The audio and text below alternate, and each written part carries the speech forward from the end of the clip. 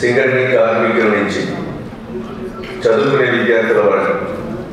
ఇది ప్రోత్సాహాన్ని అందించాలనేటువంటి ఉద్దేశంతో గత సంవత్సరం నుంచి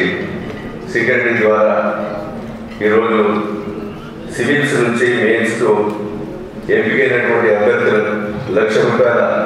ప్రోత్సాహాన్ని అందించే కార్యక్రమానికి ఇచ్చేసినటువంటి వారికి కూడా హృదయపూర్వక ధన్యవాదాలు తెలియజేస్తూ, కార్మికులకు కూడా ఏ ప్రభుత్వం చేయలేని ప్రోత్సాహాన్ని మరి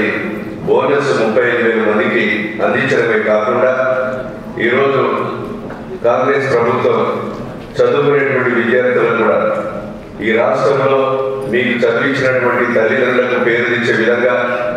ఈ రాష్ట్రానికి పేరు తెచ్చే విధంగా మీరు ఎదగాలని ప్రోత్సాహాన్ని అందించేటువంటి సహకారాన్ని అందిపుచ్చుకొని మరి ఈ రాష్ట్రానికి మంచి పేరు తెచ్చే విధంగా ఇంకా ముందుకు సాగాలని కోరుతూ ఈ కార్యక్రమంలో పాల్గొన్న ప్రతి ఒక్కరికి కూడా హృదయపూర్వకంగా ధన్యవాదాలు, నమస్కారాలు తెలియజేస్తూ ముగిస్తుంది.